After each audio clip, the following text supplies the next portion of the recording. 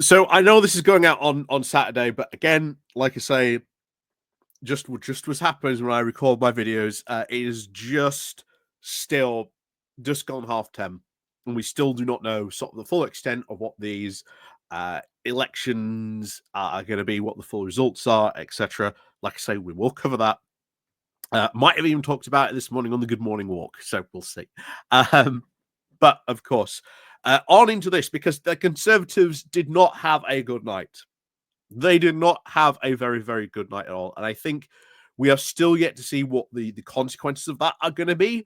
But one thing we are going to see is, if you remember, after the May local elections of 2024, there was a lot, so much salt mining from those conservative local councillors who were frustrated that they had ran on local issues, but they were being given the boot for national issues which they had no control over.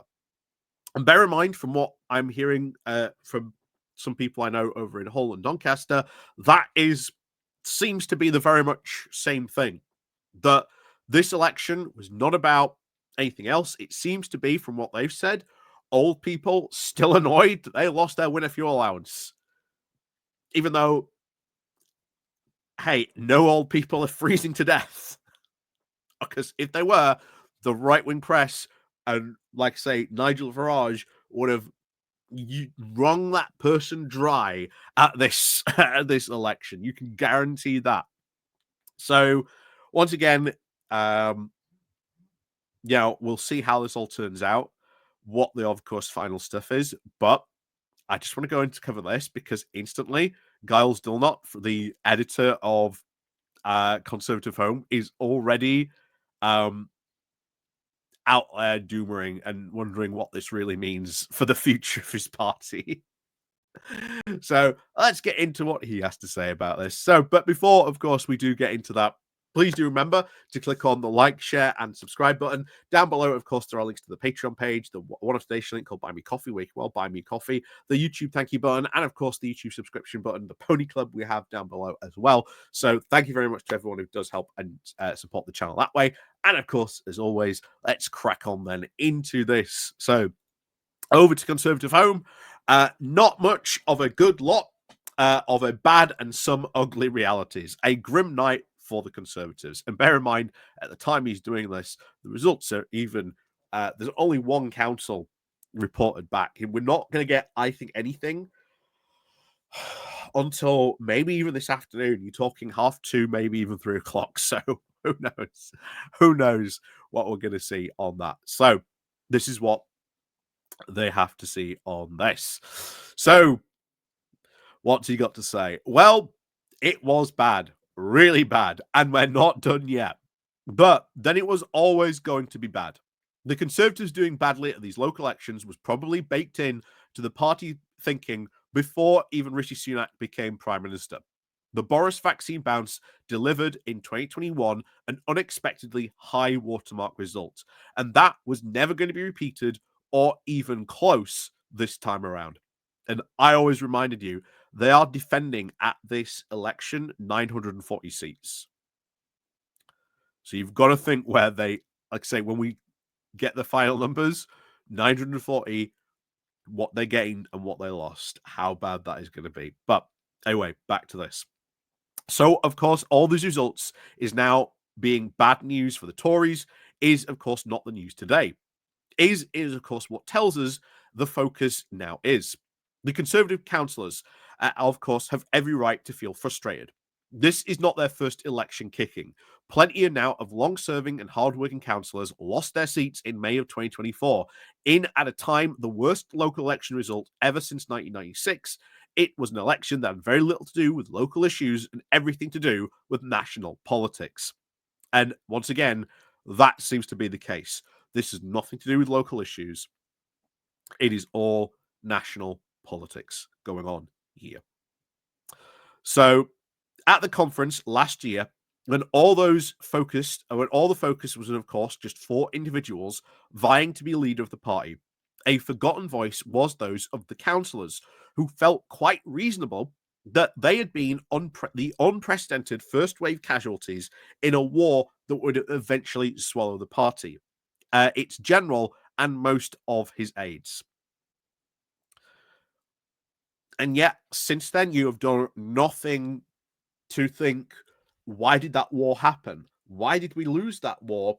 And what has happened since? You've done nothing of the big thinking that has done that. And that will continue to happen because they are incapable of self-reflection. They are their own self-destruction on this. Because to many of those Tories that are still left, the past 14 years of Tory government, nothing went wrong. Everything was great. Everything was fantastic. It says a lot that that is still their thinking, and that somehow Britain still yearns for conservative rule, and that they'll be back at the next general election. Anyway, Glenn Sanderson, the Conservative leader for the Northumberland, pretty much summed it up at 3 a.m. this morning when he said how frustrating it was, once again, that a set of local elections was less about the local issues and almost all about national politics. And like I say, local elections, that's what they are about. They are about your local election. They really shouldn't be set at a national level, but I understand why, and people feel that way. That's fine. But now you're going to get a lot of reform lunatics doing God knows what kind of damage to your local council. So enjoy. Enjoy. So the news, of course, for everyone this morning is that might just be something that we all now have to get used to because it works. Before the result of the leadership contest, there was, of course, talk just of how difficult this next set of local elections, of course, would be. Before even Kemi Badenoch emerged as victor, the baking in of the 2025 locals would be, of course, very challenging and had already started. It would have been a very difficult night for whoever had won the leadership. And that leader was going to have to take a beating. And the question is now is, well, will she survive that beating? It's very difficult because for her, remember, Robert Jerrick is literally standing in the wings waiting to take her place. He is being seen as the next natural leader. That is a very dangerous position. And I guarantee you this now, in a year's time, he will be the leader of the Conservative Party. Will he do any better than Badenoch? Absolutely not. He will be just as bad in various different ways, but he ain't going to be any better than Badenoch. So those, of course, around Badenoch had, of course, a number of things in their minds, whilst, of course, bracing for all these elections. That the public are, of course, pretty fed up with politics and politicians in general, and that voters are, of course, still angry with the previous Conservative government. Her team may not have said so in public, but they have run through all the scenarios for all these elections up until and including total wipeout. That means they have run the gamut now in their heads from bad to catastrophic. And oh boy, we will see what happens when the final numbers come in.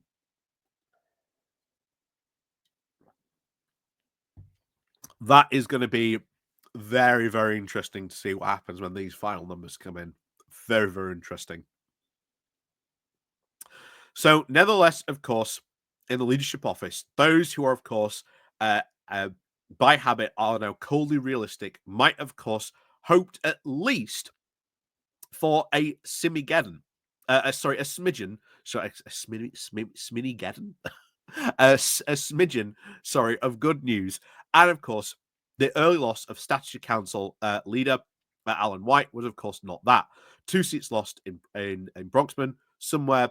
The election data guru John Curtis described this morning as, of course, the most Tory area in the UK. That was, of course, not a good sign. In the west of England, mayoral elections, the Tories, of course, were fourth. And all the wrong notes go from the get-go, sadly. There will, of course, be a lot of big cross fingers in CCHQ today that Paul Bristow can land, can, of course, land the Cambridgeshire and Petershire mayoralship, and hand over at least a tiny bit of good news. However, if it does become, of course, all bad news for the Conservatives, how much bad news is it for Badenoch?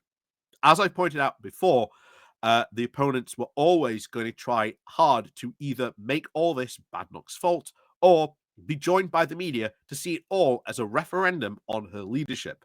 I think I heard Laura Kuenssberg ask that nearly 4 times in as many hours. And in a way, it is. In a way, it is on this. People, of course, already, talking about Keir Starmer, but Keir Starmer is quite secure in that landslide.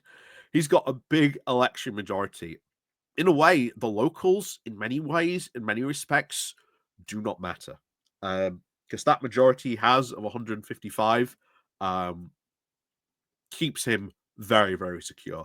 Very secure indeed. Not only that, but Labour is incredibly aware of the optics of what happens if you change leader. Very well aware of that. So, as I've pointed out before, I know how we've read that part. So, it certainly, of course, isn't all her fault. Her team, of course, do feel the amount of work that she did for this campaign has the response now to on the ground, where people, of course, warm to her. Again, warm to her.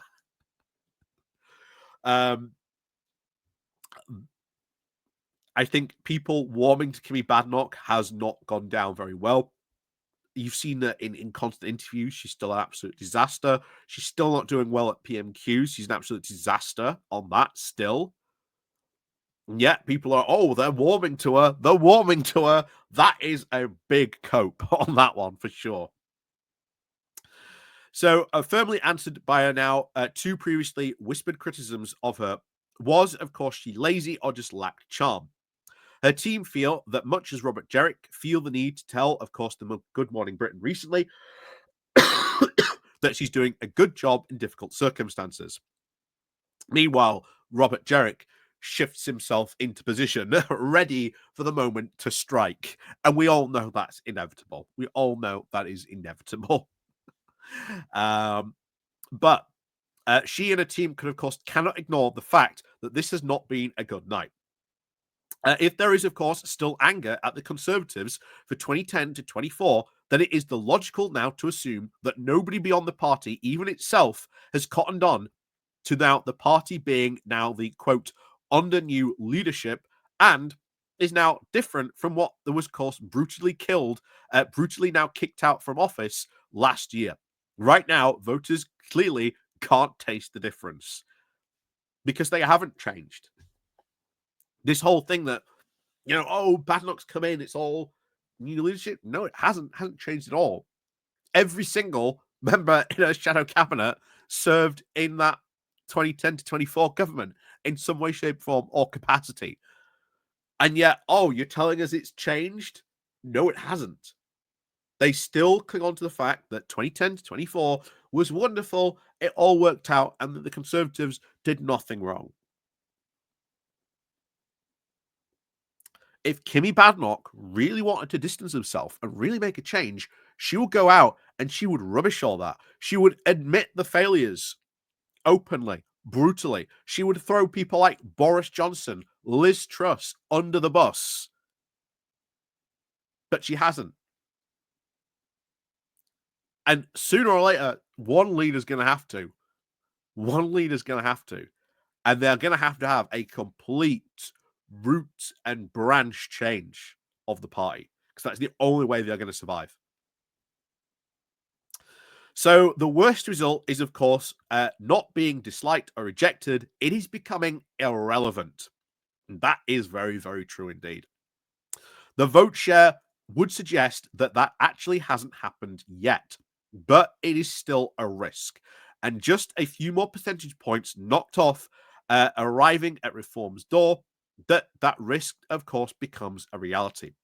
Given our Conservative Home surveys have now become very clear how many, of course, want more policy indications from Badenoch, and now the colossal lead in the approval of Robert Jerrick, the leadership team arguing there is nothing to see here, we all knew it would be bad, isn't going to cut it.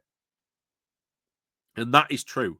What is that team going to do? You cannot just say, we're going to carry on as normal. Something has to change. And that includes a leadership contest. And oh boy, next time, if you've been seeing the opening salvos of what's been going on in Canada, when we did the live stream on Thursday about that, I will tell you now, I am so jealous.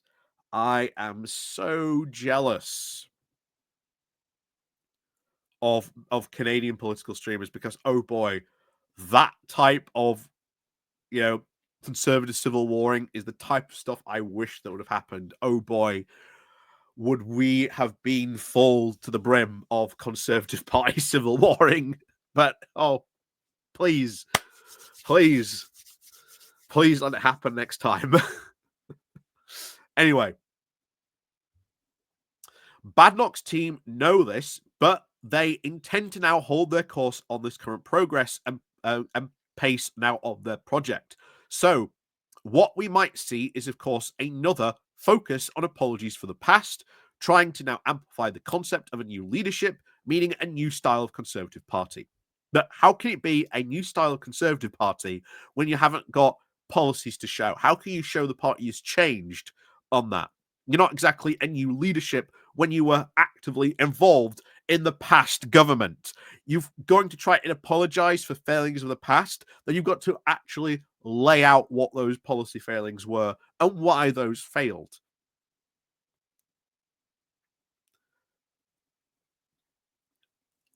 I keep on saying it, they have to look themselves in the mirror and they have to do a full root and branch reform of themselves. Otherwise, they are not going to survive. And as I keep on saying, we are witnessing the death, quite possibly, of a political party in the UK. And this has not happened for years, decades, even.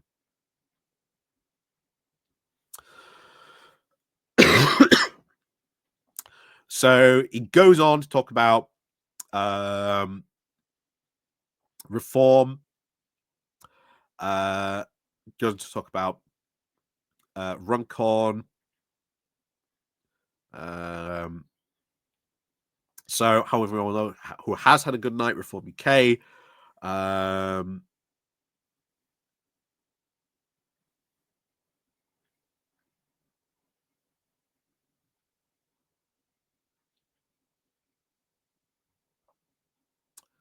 So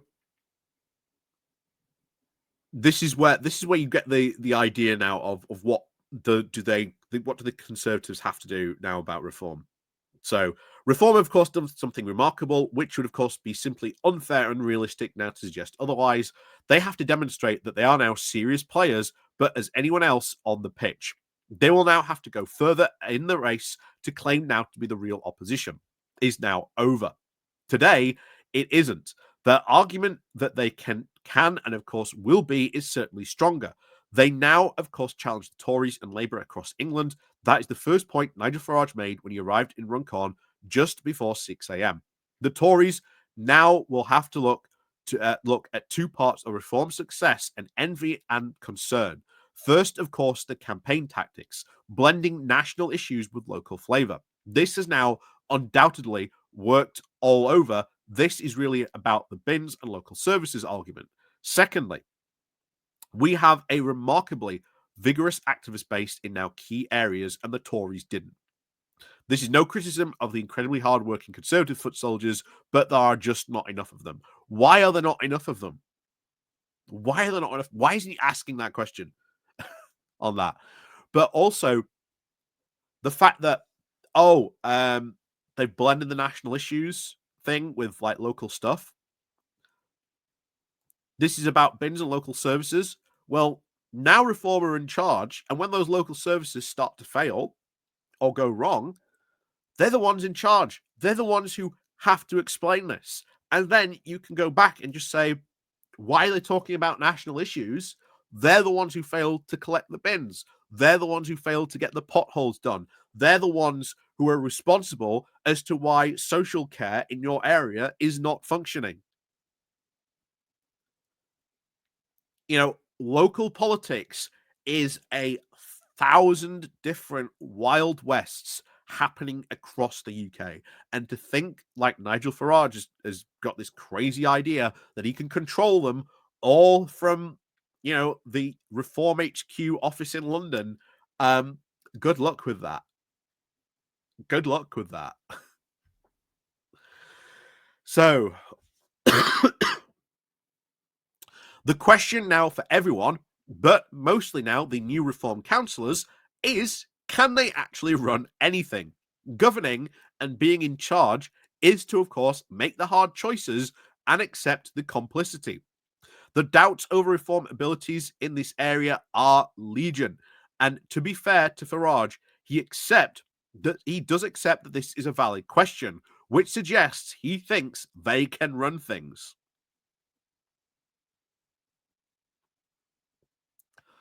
So, can they govern? Can they make the hard fought choices and accept that there is a lot of complexity to where they're making these easy sounding arguments? We've already seen, bear in mind, Angela Jenkins come out and say, oh, the illegal immigrants are going to have to go and live in tents. Gee, sounds like a good policy. That is just not going to work on a lot of fundamental levels. And then they're going to end up complaining about that, which was a policy they implemented. Good luck to Andrew Jenkins on that, because, oh boy, her fallout with Farage is going to be big. And then he talks about this. About the Runcorn by-election. All this is, of course, very brutal for the Tories because despite being third again in a seat that they were never likely to win, the actual winner is, of course, a former Tory, and yet none of the discussion around this result will, of course, mention the Conservatives at all. Badenoch will survive tonight, but the job was always going to be a very difficult one, has now certainly got even harder. One thing is for certain, it is going to be a pretty miserable Friday in CCHQ. Yeah, she will survive tonight. Will she survive the weekend? Will she survive the next couple of months? I tell you this now. I think Robert Jerrick is going to be leader of the Conservative Party within the next year. And that leadership contest is going to be interesting because do they go for a full leadership contest or do they do what they did with Rishi Sunak and try and forcefully crown him so that no one else tries and mucks up their plan? That didn't work out too well last time with the voter base.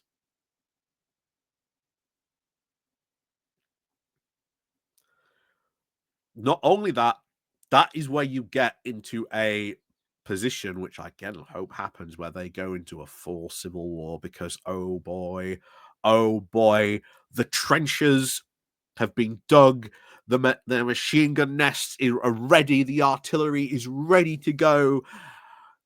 It's just going to happen. It's just got to happen.